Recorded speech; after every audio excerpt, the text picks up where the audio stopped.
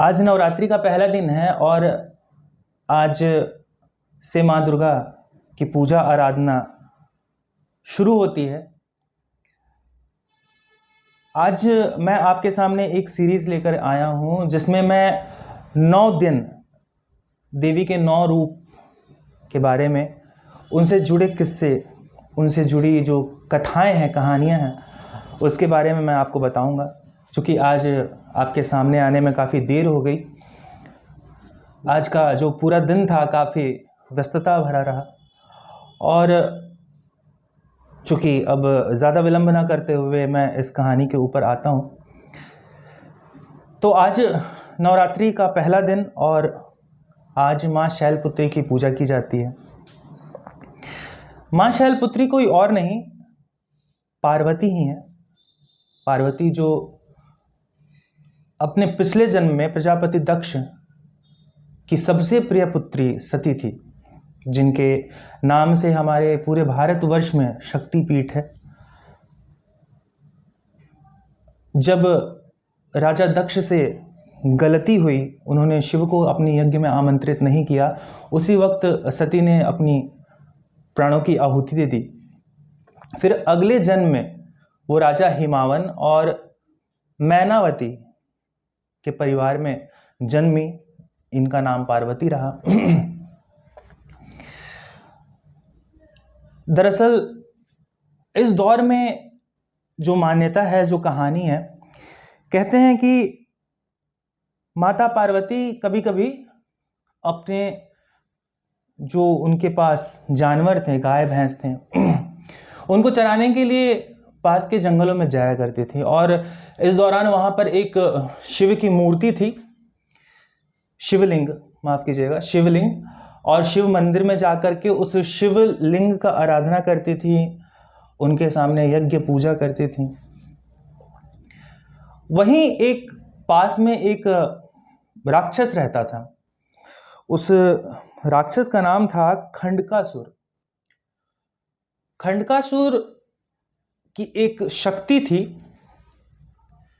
कि वो दिखने में तो पत्थर जैसा था ही, साथ ही वो जिस भी चीज को हाथ लगा देता था वो चीज पत्थर में परिवर्तित हो जाती थी।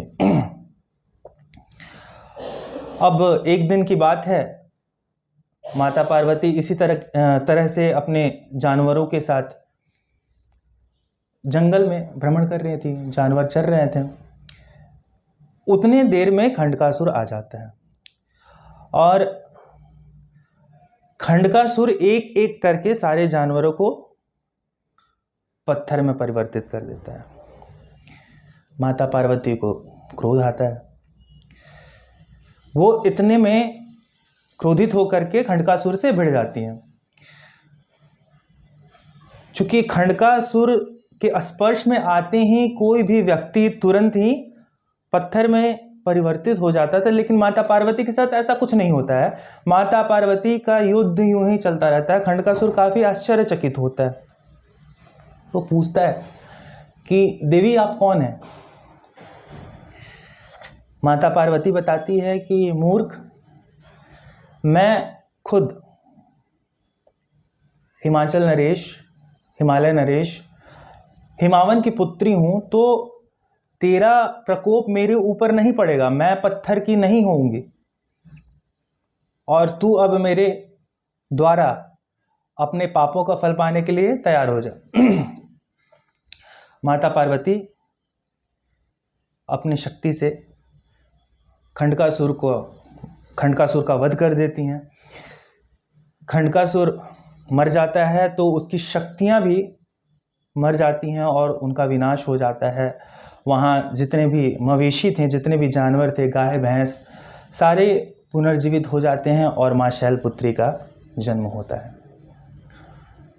तो ये थी माता शैलपुत्री की कहानी। आप 9 दिन मेरे साथ जुड़े रहिएगा, तो 9 दिन इसी तरीके से मैं आपको और भी कई सारी कहानियाँ सुनाऊंगा माँ दुर्गा से जिनका वास्ता है, और नवो दुर्गा के बारे में बताने की कोशिश करूंगा। मैं अपने अगले वीडियो में आपसे जो आपके सामने जो बातें रखूँगा, आपसे जो बातें करूँगा, उसके बारे में मैं बताऊँगा कि इस जो भी शरद नवरात्र कहते हैं, इसे शरद नवरात्र के दौरान माँ दुर्गा के आने और जाने के दौरान जिस भी वाहन का इस्तेमाल होता है, माँ दुर्गा जिस भी वाहन पर बैठ कर के आती हैं, जिस पे सवार होकर के जाती हैं, उसका काफ़ी महत्व होता है और ये एक क्रमबद्ध तरीके से चलता है। इसमें माँ जिस पर भी बैठ कर के आती है या जिस भी सवारी से जाती है, उसका हमारे जीवन में, हमारे पर्यावरण में, मौसम में काफ़ी असर देखने मिलता है। तो कोशिश करूँगा कि अगले वीडियो में मैं आपसे इसी के बारे में बातचीत करूँ और इस वीडियो के डिस्क्रिप्शन में उसका लिंक भी शेयर करूँगा। और कल मैं देवी दुर्गा के अगले रूप की कहानी, द्वितीय दिन जिनकी पूजा होती है, वो लेकर के आऊँगा। और साथ ही साथ आपसे ये भी रिक्वेस्ट रहेगी मेरी, निवेदन करूँगा कि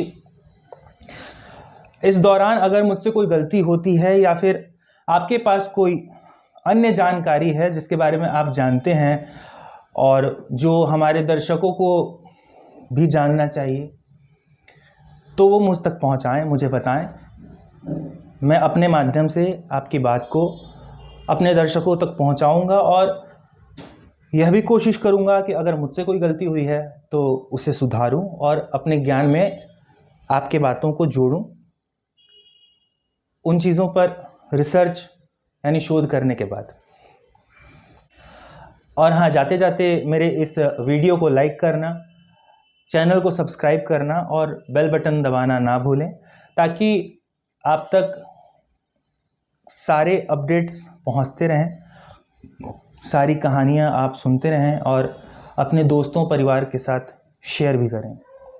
नमस्कार।